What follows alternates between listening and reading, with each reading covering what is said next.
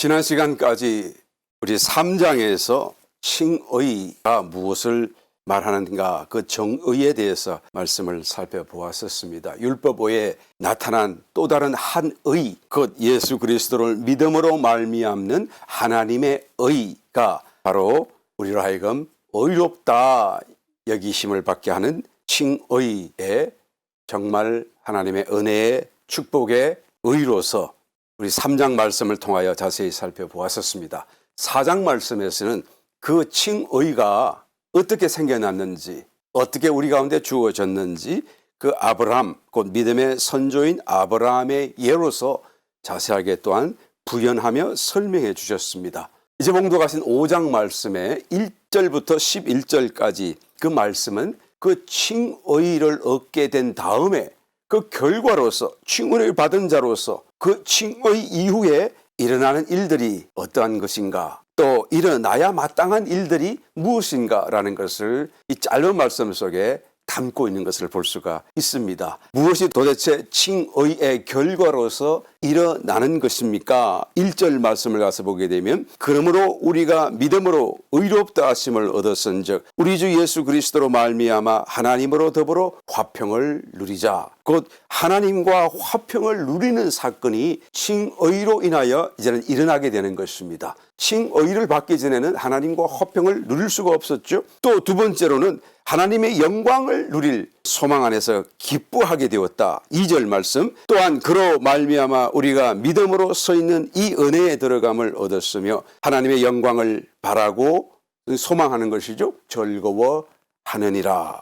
이제 하나님의 영광을 내가 누릴 어떤 소망 안에서 지금 굉장히 즐거워하게 된 사건이 곧 칭의로 인해서 일어나고 칭의 이후에 일어나게 된다라는 것입니다. 세 번째로 물 붓듯이 부으시는 하나님의 사랑을 이제는 체험할 수가 있게 된 것입니다. 그전에도 물론 하나님께서는 사람을 사랑하셨고 또 구원받을 자를 사랑하셨습니다만, 그러나 칭의 의롭다 하심을 받고 난 이후로부터는 이제는 하나님의 그 사랑이 거침없이 물 붓듯이 우리에게 쏟아지고 체험될 수 있도록 달라졌다라는 것을 의미하는 것이죠. 5절 말씀 소망이 부끄럽게 아니함은 우리에게 주신 성령으로 말미암아 하나님의 사랑이 우리 마음에 부은바 됨이니라고 말씀하는 것이죠. 그러니까 칭의를 받고 끝나는 게 아니다는 거예요. 칭의 다음에 더 크고 더 놀랍고 더 아주 우리가 예상치 못했던 더 큰 축복들이 기다리고 있다라는 것을 이 짧은 말씀 속에 구원에 관해서 말씀하시면서 사도 바울께서 아주 일목요연하게 정말 교리적으로 함축하여서 이 속에 담고 있는 것을 보게 됩니다. 하나님과의 화평을 누리게 되는 것이죠. 이제까지 없었던 하나님과의 교통 속에서 마음속에 말할 수 없는 평화를 누리는 것입니다. 그 다음에 물 붓듯이 부으시는 하나님의 사랑과 은혜를 체험하기 시작하게 되는 것이죠. 그 다음에는 속에서 불이 타오르듯이 소망이 일어나게 되고 또 그의 영광 안에서 정말 기뻐함을 얻게 되는 이런 놀라운 사건들이 이제 칭의 다음에 우리를 기다리고 있다. 이미 받은 사람도 있겠습니다만은 기다리고 있다라는 것을 의미하고 있는 것이, 이런 것을 정말로 원하십니까? 이 모든 것을 위하여는 우선적으로 우리에게 칭의가 필요합니다. 저와 여러분은 이미 예수님을 영접했고 칭의를 얻은 줄 분명히 믿습니다. 그런데 칭의를 얻었다고 해서 이후에 있었던 나열한 이 모든 축복들이 저절로 주어지는 것이 아니다라는 거예요. 그러므로 칭의를 받은 이후에 예수 믿고 의롭다 여김을 받고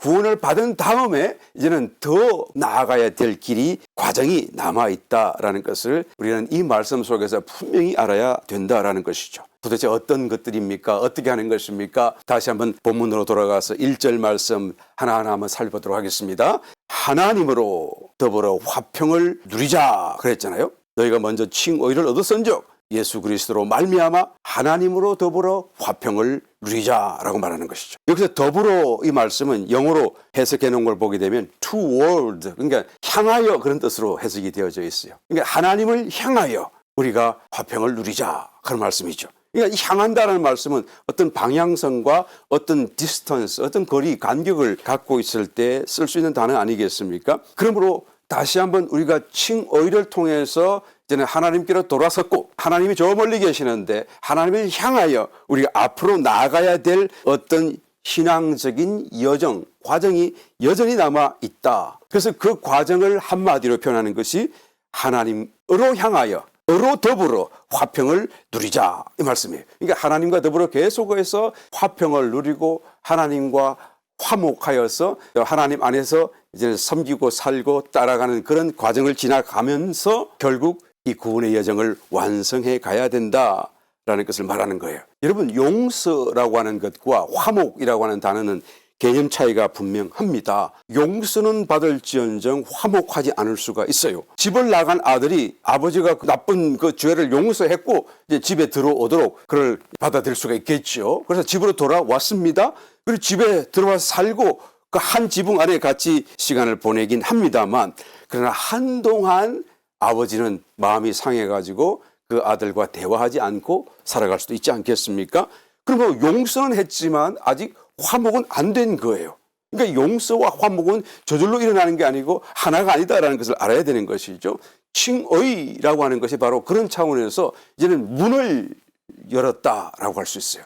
하나님께로 갈 수 있는 그냥 문을 열었다. 본래는 죄인이었고 하나님 가까이 올 수 없었는데 하나님 볼 수 없는 상태였었는데 이제는 예수님을 통해서 이제는 의롭다 여김을 받게 되어졌고 이제는 그 칭의로 인해서 문을 열었고 이제 하나님을 향하여 앞으로 나아갈 수가 있게 된 것입니다. 어디로요? 하나님이 계신 보호자 앞으로 나아가야 되고 그 나아가는 길 과정 속에서 또한 하나님과 화목해야 될 영적인 과정이 여전히 남아있다라는 것입니다. 그러므로 사도 바울은 고린도후서 5장 20절에도 이와 같은 말씀을 쓰고 있습니다. 이러므로 우리가 그리스도를 대신하여 사신이 되어 하나님이 우리로 너희를 권면하시는 것 같이 그리스도를 대신하여 간구하노니 너희는 하나님과 화목하라 라고 말씀하잖아요. 우리가 예수를 믿고 구원받았는데 뭘 또 하나님과 화목해야 됩니까? 여러분, 이 말씀의 의미를 깨닫지 못하는 사람들은 아마 그 속에 이 말씀의 의미를 정확하게 이해하지 못할 거예요. 그러나 저와 여러분은 이제 분명해졌으리라고 믿습니다. 예수 믿고 구원받고 의인이 되었지만 교회의 일원이 되었지만 그러나 여전히 하나님과 화목되지 않을 수도 있는 것입니다. 여러분, 화목과 용서와도 다른 단어이지만 화목과 구속이라고 하는 단어도 서로 다른 것입니다. 구속이라고 하는 것은 값을 대신 치르시고 우리를 이제는 값으로 사셔서 그의 소유로 삼으시는 것을 구속이라고 이게 얘기를 한다고 하면, 화목이라고 하는 것은 하나님과 친밀한 교제를 나누는 관계로 들어가는 것을 의미하는 것이죠.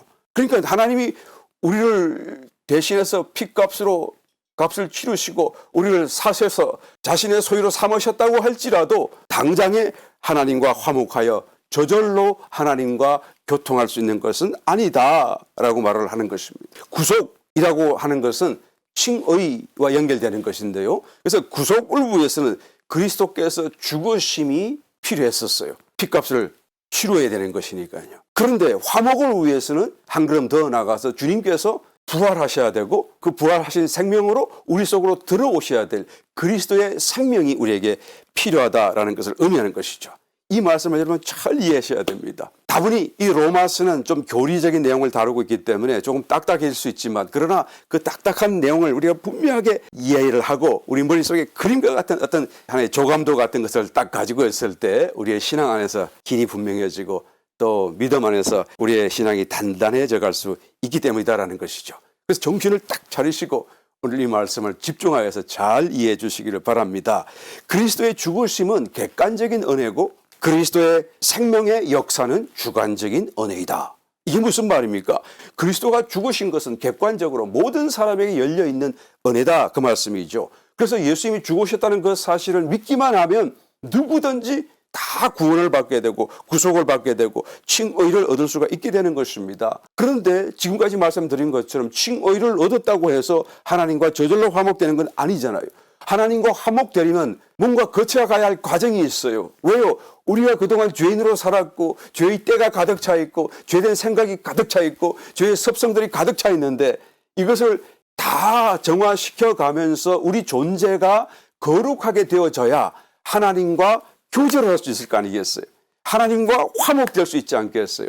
그러니까 지금 칭의를 받고 난 뒤에 이런 거룩해지는 문제가 남아있고 또 하나님의 형상을 본받는 그런 문제가 여전히 남아있다는 것이죠. 이 문제를 위해서 하나님께서 그의 생명으로 우리 속에 들어오셔야만 되고 그 생명이 우리를 불태우고 정화시켜 가면서 우리를 또한 새 생명 가운데 거룩하게 변화시켜야 우리가 하나님 안에서 화목할 수 있는 거예요. 이 화목이라는 개념은 결국은 하나님과 하나가 되게 만들어주는 것이겠죠. 가까이 결국에는 하나님과 하나가 되는 것. 이것은 우리가 스스로 추구해야 될 부분이기도 합니다만, 그러나 우리 스스로의 능력으로 결코 이룰 수 없는 일이에요. 우리가 우리 죄를 보지 못하잖아요. 우리가 우리의 죄의 껍질을 벗지 못하잖아요. 그러므로 하나님의 성령의 불이 필요한 거예요. 이 불이 우리 속에서 불타오를 때 우리의 때가 타버리고 죄의 섭성이 타버리고 그리고 깨끗해지고 거룩해져야 하나님과 화목할 수 있게 된다는 것이죠. 그러므로 성도가 예수님을 믿고 영생을 받고 구원받은 다음에 끝난 것이 아니라는 얘기. 그 이유가 더 사실은 중요한 거예요. 계속하여 우리 속에 와 계신 그리스도의 생명을 통하여 우리가 정화되어져 가야 될 과정을 우리가 앞두고 있다라는 것입니다. 그래서 사도 바울은 고린도후서 5장 20절에서 이렇게 말합니다. 이러므로 우리가 그리스도를 대신하여 사신이 되어 하나님이 우리로 너희를 권면하시는 것 같이 그리스도를 대신하여 간구하노니 너희는 하나님과 화목하라. 그리고 하나님이 죄를 알지도 못하신 자로 우리를 대신하여 죄를 삼으신 것은 우리로 하여금 저희 안에서 하나님의 의가 되게 하려 하심이니라. 우리를 구원하신 그 이유가 어디에 있다고요? 우리를 의롭다, 칭의로 끝나는 게 아니고 이제는 우리가 하나님의 의가 되게 하려 하시는 거예요. 그래서 하나님과 화목해야 된다는 것을 얘기하는 것이죠. 여러분, 하나님께서 우리를 의롭게 여기신다는 건 칭의와 우리가 하나님의 의가 된다는 것은 다른 내용이에요.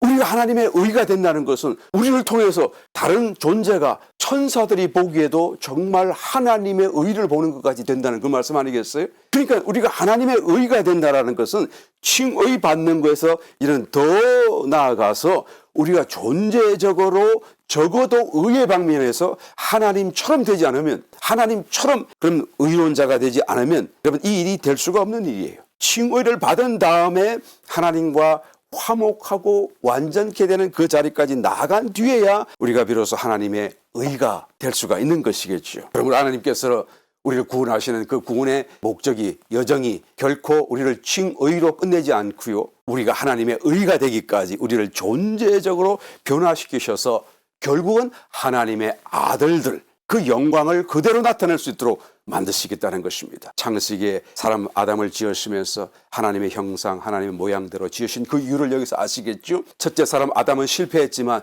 그러나 두 번째 사람이신 예수님이 오셔가지고 이제는 우리를 대신해서 죽으시고 또한 살리셨을 뿐만 아니라 우리 속에 들어오셔서 이제는 하나님이 본래 창세 때 계획하셨던 그 하나님의 형상을 닮은 존재로서 저와 여러분들을 빚어가시고 또한 제2의 창조로서 우리를 새로운 피조물로 만들어 가신다는 것을 알아야 되는 것입니다. 그러므로 구원받는다는 이 사실이 간단한 일이 아니고요. 그렇게 우리가 다만 죽지 않고 영원히 살게 되었다. 지옥 가지 않고 이제는 천국 가게 되었다. 그래서 나는 기쁘다 좋다. 하나님도 기뻐하실 것이다. 그런 수준이 아니다는 것을 우리는 분명히 알아야 될 줄 믿습니다. 2절 말씀 본문 또한 그로 말미암아 우리가 믿음으로 서 있는 이 은혜에 들어감을 얻었으며 하나님의 영광을 바라고 즐거워하느니라.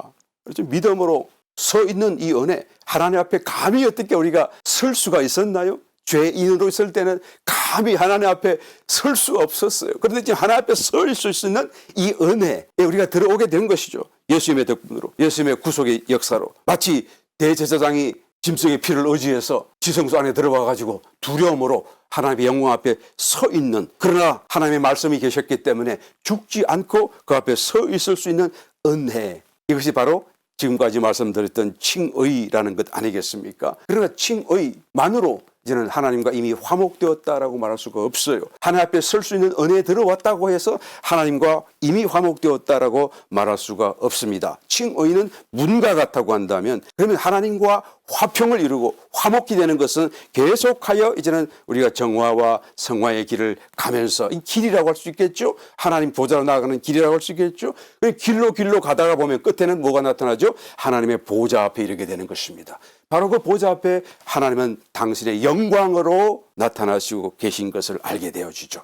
하나님의 임재 앞으로, 임재 안으로 거기가 구원의 종착지고, 다시 말씀드리게 되면 이는 문을 열고 들어와서 하나님과 화평의 길을 가고 이는 마침내 하나님과 하나가 되어지는 이런 과정이 바로 구원의 과정이요 완성이다라고 말 수가 있는 것입니다.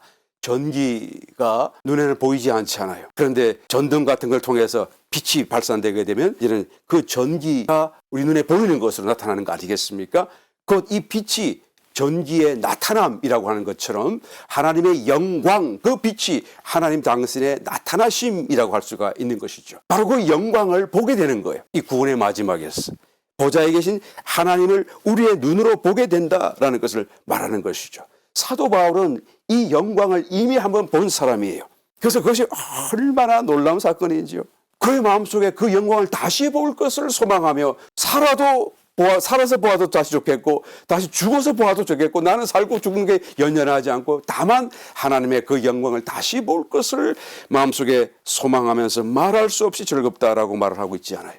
한 번이라도 하나님의 영광을 본 사람이라고 한다면 사도 바울과 똑같은 고백을 드리지 않을 수 없을 것입니다. 그것이 아주 짧은 순간이었다고 할지라도 하나님의 영광을 어떤 모양으로든지 볼 수만 있었다고 한다면 그 영광 때문에 그 기억 때문에 그 감동 때문에 다른 어떤 것도 마음을 둘 수가 없게 될 것입니다. 세상 오락, 재미에 이끌리는 사람은 왜 이끌리죠? 하나님의 영광을 아직 보지 못했기 때문에 그런 것이죠. 아이고 나는 못 봤으니까 내가 세상 오락과 재미를 따라가는 건 전혀 자연스럽고 괜찮나 보네요 라고 생각할지 모르겠습니다만 그렇지 않아요. 하나님의 영광을 보지 못했다고 할지라도 한번 생각해 보시기 바랍니다. 여러분이 쫓아가는 그 세상의 모든 연락, 재미, 어떤 그런 모든 오락들 또 이끌림이 결국 당신의 마음을 채워줄 수가 있느냐라는 거예요. 자기 자신의 그 빈 공간을 채워줄 수 있느냐는 얘기죠. 채워도 허전하지 않아요. 그 빈 공간, 그 빈 공백, 그 텅 깊은 곳은 오직 하나님만이 채울 수 있는 공간이에요. 우리 속에 신자든 불신자든 이런 공백이 있다라고 하는 그 사실 자체만으로도 영의 세계가 있고 하나님이 계시다는 것을 강력하게 증거하고 있는 것입니다. 바로 우리의 마음속에 이 세상에 어떤 것으로 채워도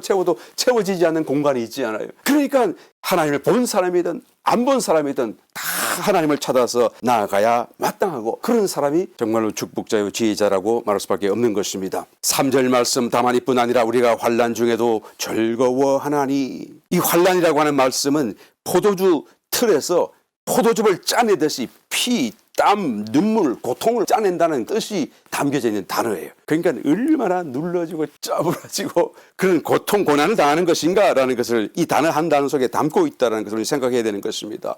하나님의 영광을 바라고 즐거워하는 중에 갑자기 왜 환난을 얘기하죠? 여러분들 하나님의 영광을 소망하게 되는 할 수 있도록 만들어주는 어떤 요인 가운데 가장 강력하고 정말 직접적인 요인이 있다고 한다면 환난입니다. 그래서 사도 바울이 갑자기 내가 하나님의 영광을 바라고 즐거워하고 소망한다라고 말을 하고 난 다음에 그 적시로 다만 이뿐 아니라 우리가 환난 중에도 즐거워하나니 이 말씀은요 내가 바라는 중에 내 마음이 너무 즐거운데 환난이 온다고 할지라도 또 즐거워한다라고 말을 하고 있는 것입니다. 여기서 여러분 즐거워한다라는 이 말의 의미는 카우마이라는 뜻인데요. 정말 기뻐가지고 어찌할 줄 모르는 그 뜻을 나타내는 단어예요. 그래서 기뻐 날뛰는 거, 의기양양해하고 말이죠. 자랑하고 말이죠. 이런 어떤 감정이 담겨져 있는 단어인 거예요. 환난 중에도 어찌할 줄 모르고 기뻐하는 겁니다. 지금 상황이 너무 힘들고 어려운 문제가 왔고 괴롭이 다가올 수밖에 없는데도 불구하고 내 속에 있는 깊은 마음 속에서는 어찌할 줄 모르게 막 의기양양하고 기뻐하고 남들이 보면 저 사람 정상인가 할 정도로 말이죠. 그런 상태를 지금 설명하고 있는 것입니다. 우리가 환난 중에도 즐거워하나니 왜요? 환난이 결국은 어디에 쭉 우리 살펴보겠습니다마는 하나님을 우리에게 가르쳐주기 때문에 그런 거예요. 잔여 기용은 이 과정을 통해서 결국 하나님을 만났던 체험을 간증하는 사람 중에 한 사람 아닙니까?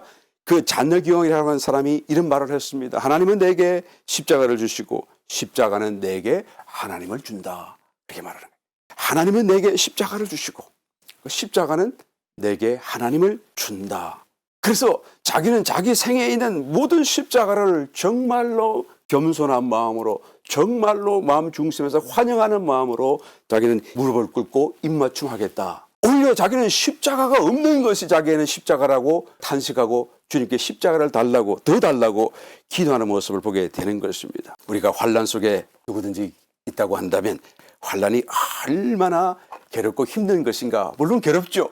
힘들죠. 그렇지만 그것을 생각하지 말고 우리는 성도잖아요. 그러니까 환난 속에 괴로움이 있을지라도 그 괴로움을 우리가 포커스 맞추지 말고 이 환난과 더불어 오실 하나님, 이 환난이 가져다 주실 하나님을 생각하라는 거예요.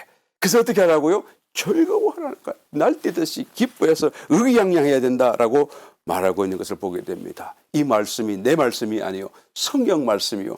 이 말씀이 곧 우리의 영적인 실체를 말하는 말씀이라는 것을 우리가 믿는다고 한다면 가슴으로 아멘하고 우리가 어떠한 환경 속에 있을지라도 그냥 즐거워서 기뻐 날뛰는 그런 하나의 깨달음과 삶의 태도가 분명히 소유되어야 될 줄 믿습니다. 그러면 과연 어떤 과정을 통해서 환난을 하나님이 사용하시고 그 환난을 통해서 하나님의 당신을 우리 가운데 더하여 주실 수가 있는 것입니까? 3절 말씀, 환난이 인내를 만들어준다라고 말씀하지 않아요. 이 환난이 인내를 만들어주기 때문에 이 환난을 우리는 즐거워해야 된다라는 것이죠. 인내라고 하면 우리가 참고 견디는 것이라고 생각하는데요. 태어나면서 이런 인내의 능력을 가지고 있는 사람은 없습니다. 다소 간의 차이가 좀 더 인내 잘할 수 있는 그런 DNA가 있는 사람이 있고 그러지 못한 사람이 있을지 모르겠지만 태어나면서부터 나는 인내 그러면서 능력을 가지고 태어난 사람은 없다라는 거예요. 왜요? 성경을 보니까 인내라고 하는 것은 환난 다음에 오는 것이라는 거예요. 그러니까 인내는 환난을 통해서 생겨나는 것이다라는 것이죠. 환난을 경험하지 못한다고 한다면 인내도 없는 거예요. 환난이 없다고 한다면 인내도 생겨날 수 없다라는 것이죠. 우리가 오래 참고 견디는 것이 인내라고 생각하는데 사실 이 인내의 그 의미는 휘포문에 그러니까 최후까지 남는다라는 그런 의미를 가진 거예요. 그러니까 어느 정도 참을 만한 걸 참는 것이 아니고 최후까지 남는다라는 그런 의미로서 이 인내라는 것을 지금 말씀하고 있다는 것이죠.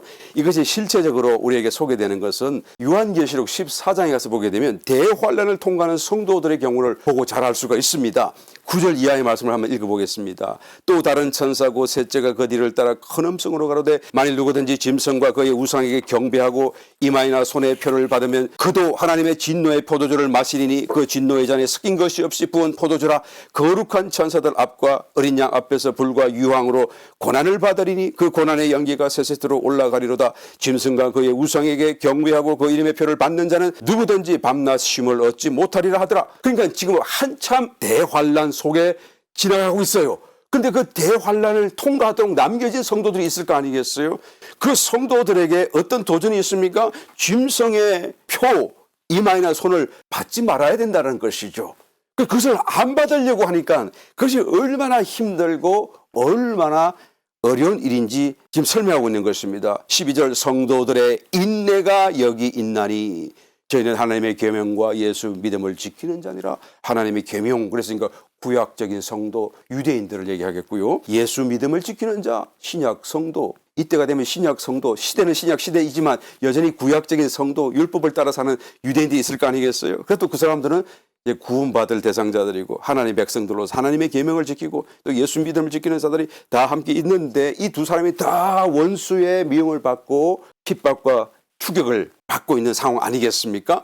거기서 성도들의 인내가 여기 있다라고 하는 이 말씀은 무슨 뜻입니까? 그 적 그리스도의 핍박을 피하는 것, 또 견디는 것.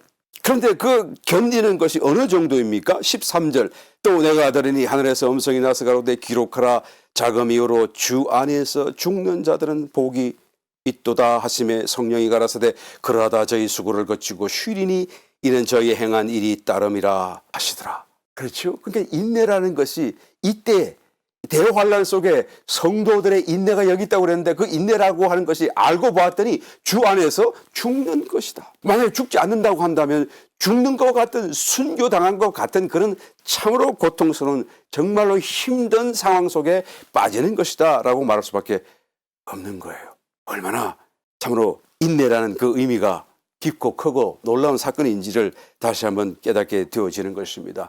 대환난이 오기 전에 덜림받는 성도들은 이미 다 적어도 주님 안에서 매일매일을 살면서 주님 안에서 나는 날마다 죽노라고 하는 그런 순교 또는 다시 말하면 인내를 우리가 경험함으로써 어느 정도 벌써 필요한 만큼의 인내를 이룬 사람들이에요. 그러니까 다시 대환란을 통과하면서까지 인내를 더 키워갈 필요가 남아있지 않은 성도들을 하나님이 그 전에 미리 다 데리고 가시는 것이죠. 그런데 그때까지도 준비되지 않은 사람은 할 수 없이 대환란을 통과하게 만드는 것입니다. 그래서 그 대환란을 통과하는 가운데 인내가 어떻게 만들어진다고요? 순교하는 그런 어떤 상황과 같이 일어난다는 것이죠. 여러분, 저와 여러분 살아있는 동안에 그런 큰 고통 없이도 우리가 마음을 작정하고 우리가 조금만 더 하나님을 찾고 또한 하나님께 나아가게 되면 우리는 날마다 일상생활 속에서 인내하는 훈련을 통하여 하나님 원하시는 만큼, 그래서 대화를 통과하지 않고도 구원받고 덜림받을 수 있는 놀라운 축복을 얻게 될 줄 믿습니다. 꼭 이렇게 되시기를 예수님으로 축원합니다. 여러분, 연어가 산란을 하기 위해서 자기가 본래 태어났던 장소로 돌아오지 않아요. 그 연어의 회귀 본능이라고 하는 것은 정말 유명한데, 그 회귀로 이제는 본능을 따라서 자기가 태어난 곳에 돌아온 연어들은 어떻게 되죠? 산란하고 난 뒤에 다 죽어요. 곧. 또 수컷도 다 죽어요. 끝까지 왔다고 하더라도. 그러니까 연어들은 알고 보게 되면 여러분 어쩌면 죽으러 가는 것 아니겠어요? 그 길이. 그런데 연어들은 그 길을 가잖아요. 우리가 영상을 통해서 연어들이 그 자기가 태어난 그 하천이나 깊은 어떤 계곡으로 올라가는 걸 볼 때 얼마나 마음이 졸이고 어떤 때는 눈물 겨울 정도로 마음속에 말할 수 없는 응원이 되는 순간들이 많이 있는데요. 그런데 그 길을 이 연어는 그냥 가는 거예요. 처음 거기서 태어났을 때는 작은 새끼였기 때문에 얘는 그냥 그 물살과 더불어 함께 아래로 내려가는 것, 그렇게 바다를 향해 헤엄쳐 가는 것 어렵지 않았을 것입니다. 그러나 바다에서 몇 년간 살면서 이제 몸집이 불고 어른이 된 뒤에 어른 물고기가 되어가지고 다시 그 자리로 찾아오는데, 그것도 물살을 거슬러서 올라가면 더 상류로 가면 갈수록 그 길은 가기가 헤엄치기가 물이 없으니까, 얕으니까 어렵지 않겠어요? 그런데 연어들은 이 힘든 과정을 가는 거예요. 쉬지 않고 갑니다. 포기하지 않고 갑니다. 그러면 결국 그 가야 될 장소에 이르러서는 새 생명을 다 산란하고 얘는 장렬하게 죽음을 맞이하는 것을 보게 되지 않아요? 저는 이 연애의 모습, 하나님이 지으신 그는 원리, 창조 원리 속에서 이 연애의 모습을 보면서 성경이 말하는 인내라고 하는 것이 이런 것이 아닌가라는 생각을 종종 하게 됩니다. 그러니까 죽기까지 견디고 포기하지 않는 것이죠. 어느 정도 참을 만큼 견디는 것이 아니라는 거예요. 그러니까 죽기까지 주님 안에서 죽는 것, 매일매일 날마다 우리가 주님 안에서 죽는다라고 고백할 수 있는 그런 어떤 체험 속에 살아갈 때 인내가 만들어지는 것이고, 그 인내가 이제는 나를 새롭게 만들어주게 된다라는 것입니다. 여러분, 죽기를 각오하시고 매일매일 즐거움 속에서 죽게 되시기를 예수님 이름으로 축원합니다. 4절 말씀, 그 다음에 어떻게 일이 일어납니까? 그 인내가 결국 이제 됐다라고 하면 이제는 연단을 받는 거예요. 연단이 무슨 뜻입니까? approve, 인정받는 것이 연단이에요. 우리가 일반적으로 연단이라고 하게 되면 몸과 마음을 단련해가지고 굳세게 만드는 것을 생각하기 쉬운데요. 그것은 일반적인 의미 속에서 연단의 의미입니다. 그러나 성경적인 의미 속에서의 연단이라고 하는 것은 이게 approve 됐다 그 말이에요. 인정되는 것을 얘기하는 것입니다. 그래서 결과적으로 우리 속에 있는 불순물들이 아주 불같은 그런 시험, 환난 그런 걸 통하여 우리가 인내를 통하여 재련되듯이, 그래서 그것이 내 속에서 녹아짐으로써 내 속에 계신 그리스도가 나타나시는, 이게 바로 연단이라고 하는 단어가 의미하는 거예요. 그래서 approve, 됐다라고 인정하시는 것을 말하는 거예요. 인내, 환난이 왔습니다. 그리고 인내하는 결과 approve, 됐다라고 하는 그런 어떤 순간이 다가오게 되겠죠. 여러분, 자연 상태에 있는 검은 이쁜 상태의 모습이 아닙니다. 그렇죠? 자기 혼자 있는 게 아니라 다른 돌들과 이렇게 섞여 있고 다른 불순물들과 섞여 있어 가지고, 그래서 그것을 뜨거운 용광로에서 녹여야 돼요. 그래서 뜨거운 불 속에 집어넣게 되면 검 외에 다른 불순물들이 녹아져 흘러나가버리고 결국은 검만 남게 되겠죠. 그래서 검이 순수 검만으로만 남았을 때에, 그럼 우리가 24K, 이 순검이라고 그러잖아요. 24K가 되면 그러면 모든 사람이 그것을 정말 귀중한 것으로 인정해 주지 않아요. 바로 이런 의미의 단어가 바로 연단이라고 하는 단어인 것입니다. 물론 하나님께 인정받는 것을 의미하겠죠. 하나님이 됐다라고 하실 때까지요. 그런데 하나님께 인정받는 사람이라고 한다면 당연히 사람들에게도 인정받을 수밖에 없습니다. 모든 성도가 주님의 일을 하기에 각자 받은 은사가 있고 또 어떤 생명이 있고 빛이 있어요. 그래서 자기가 하는 일을 통해서 하나님을 증거하게 되고 생명을 나눠줄 수도 있게 되고 하나님의 빛을 나눠줄 수도 보여줄 수도 있어요. 어둠을 밝히는 어떤 동대 역할도 하기도 합니다. 그런데 모든 사람들에게 모든 일에 있어서 정말 빛을 발하고 간증이 되고 인정을 받게 된다고 하는 것은 쉬운 일이 결코 아니죠. 매우 어려운 일이라고 말할 수밖에 없는 것입니다. 만약 모든 사람에게 모든 하는 일 가운데서 자기가 하는 모든 일 가운데서 모든 사람들에게 다 정말 하나님을 보이고 신앙의 어떤 모습으로 존경을 받고 인정을 받게 된다고 한다면 그 사람은 어떤 사람이죠? 24K. 이게 순금이 된 거예요. 그러니까 그냥 불 속에 들어갔다가 또 나오고 들어갔다가 나오고 그냥 뜨거운 불 속에 계속 불순물을 녹이는, 그래서 정말로 순금만 남게 된 그런 상태. 다른 말로 하게 되면 환난을 통해서 불같은 시험을 통해서 시련을 통해서 내가 인내하고 되어져서 결국에는 하나님 앞에 인정받는 연단의 상태에 이르는 것을 말할 것입니다. 우리는 모두가 이것을 사모해야 돼요. 이 연단 다음에 이제는 하나님을 만날 은혜가 기다렸기 때문에 그런 것이죠. 4절 말씀, 연단은 소망을 이루는 줄 알미로다. 환난이 인내, 인내가 연단, 인정을 받고 그 다음에 그 인정 다음에 그 인정이 곧 우리에게 소망을 주는 거예요. 어떤 소망이죠? 하나님을 볼 수 있는 소망이에요. 우리의 삶이 나쁜 환경에서 좋은 환경으로 바뀌어지고 뭐 이런 문제가 해결되고 그런 게 아니고 하나님을 우리의 눈으로 볼 수 있는 소망이에요. 여러분, 하나님을 우리의 눈으로 볼 수 있는 이 소망 외에 어떤 것을 비교할 수 있죠? 이 소망과 견줄 수 있는 게 있을까요? 이 소망, 이 체험을 먼저 가졌던 사도 바울은 이것 외에는 다른 모든 것을 정말 시시하게 여길 수밖에 없었잖아요. 배설물과 같이 여긴다고 고백하는 것을 보지 않습니까? 사도행전 26장 29절에 가서 보게 되면 바울이 아그리파 왕 앞에서 자기의 그 무죄, 신앙적으로 어큐즈 당해서 체포되고 로마로 압송되어 가는 그 과정 속에서 아그리파 왕에게 자기의 무죄를 변호하잖아요. 내가 왜 여기 와 있으며 저 사람들 나를 왜 이렇게 기소를 하는지 설명을 하는 과정 속에서 쫙 주님의 상황을 다 이야기하고 아그리파 왕이요, 당신도 내가 이렇게 결박된 그 외에는 나와 같이 되기를 원하나이다, 그런 말을 하는 거예요. 그러니까 얼마나 당당하고 얼마나 그 어떤 자기의 처지에 대해서 분명했는지 이 한 가지로 볼 수 있습니다. 여러분, 지금 사도 바울의 모습은 죄인 거지 모습이고 인생으로 보게 치면 세속적인 관점에서 보게 되면 다 망가지고 망하고 이제는 처형을 위해서 끌려가는 그런 죄인 죄수의 모습 아니겠어요? 그런데 그가 말하기를 왕 앞에서요, 나의 처지는 당신보다 더 좋고요, 나의 처지는 총독보다 모든 다른 사람들보다 다 월등히 좋은 것이니 여러분 모두가 다 나와 같게 되기를 원하나이다 라고 고백하는 이 놀라운 고백을 볼 수가 있습니다. 여러분, 사도 바울이 허세로 이렇게 말을 하는 건가요? 사도 바울이 윗선같이 거짓말을 하는 것입니까? 절대로 그럴 수가 없지 않아요. 정말 환경이나 처지로 보자면 아무것도 흠모할 것이 없겠습니다만, 그러나 그가 이처럼 분명하고 담대하게 말할 수 있는 그 이유는 그의 마음속에 지금 이 말하는 소망이 가득 차 있기 때문에 그런 것이죠. 하나님을 한번 본 적이 있고 그 영광을 만난 적이 있고 체험한 적이 있고, 내가 곧 지금 내가 가는 이 길은 정말 하나님이 기뻐하는 길이고 올바른 길이고 지금 하나님을 다시 내 얼굴로 뵐 수 있는 그 길로 가는 것이라는 소망이 가득 차 있기 때문에 아그리파 왕이여, 당신도 나와 같이 되기를 원하나이다 라고 하는 고백을 보게 되는 것입니다. 이 소망이 얼마나 사도 바울에게 분명했던지요. 도대체 무엇이 그렇게 분명했습니까? 5절 말씀에 또다시 설명합니다. 소망이 부끄럽게 아니함은 우리에게 주신 성령으로 말미암아 하나님의 사랑이 우리 마음에 부언바 됨이기 때문이다 라고 말하는 거예요. 내가 지금도 이 소망을 확신하고 부끄럽게 여기지 않는 그 이유는 하나님의 사랑이 나에게 물붓듯이 지금도 체험적으로 체험되고 있기 때문이다 라고 말하는 거예요.